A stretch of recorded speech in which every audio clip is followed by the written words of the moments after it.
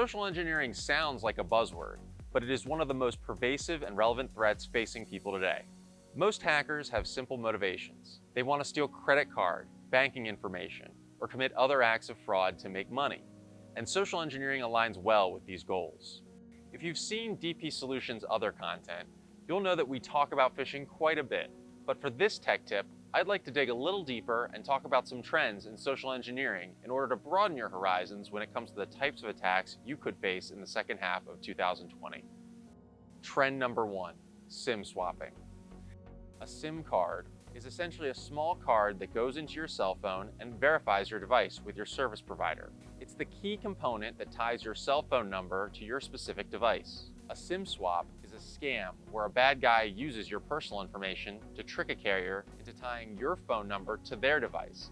But why would they want to do this? Multi-factor authentication is gaining popularity as a secure login method, and one of the most popular methods used to authenticate a user are text messages containing temporary access codes. If a cyber criminal ties your phone number to their phone, they will now get all of those secure access texts, rendering multi-factor authentication meaningless. It is important to keep tight control over personally identifiable information, as you never know who might gain access to this information and abuse it. You should also be vigilant about the signs of potential hacks, so that if something happens, you can respond to it quickly. Try utilizing authentication apps like Authy or Google Authenticator so text messages are not the second form of authentication. Another great idea is to use a personalized PIN with your mobile carrier when making account changes. So if someone is attempting a SIM swap, they will be missing a key piece of information to complete their hack. Trend number 2, tailgating. You know what's even easier than breaking through a lock? When someone just opens the door and lets you in. That's precisely what tailgating is. Certain individuals at every organization have elevated privileges. That gives them the ability to access sensitive physical locations, digital data, or applications that are not available to others. By just casually observing an environment, hackers can gain enough intel to significantly breach sensitive data. The most important thing you can do to prevent tailgating is staff education. Explain the risks associated with tailgating and why staff should never open the door for someone they don't know.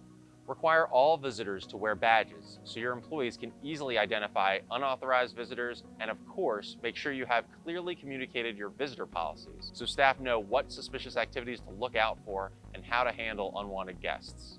The main takeaway here is that everyone needs to be mindful of the consequences of their actions and how they could be used against them. Trend number 3, Vishing. Vishing is, to put it simply, voice phishing.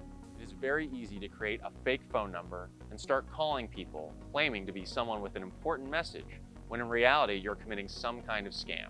In 2020, it probably won't surprise you that many of these phishing scams have a COVID twist.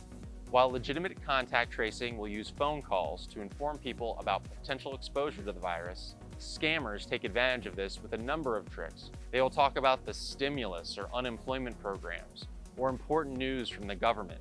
To avoid these kinds of scams, go to your state's health department website and you will see the exact protocols for how they will communicate contact tracing.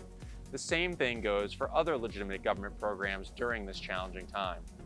These are just a few of the social engineering trends we're seeing emerge as the year goes on. Have you been targeted in a unique social engineering scam? We'd like to hear more about it, because spreading the word and learning about what's out there helps not just you and your team, but the broader community. Thanks again for watching this Tech Tips video, and until next time, stay vigilant, my friends.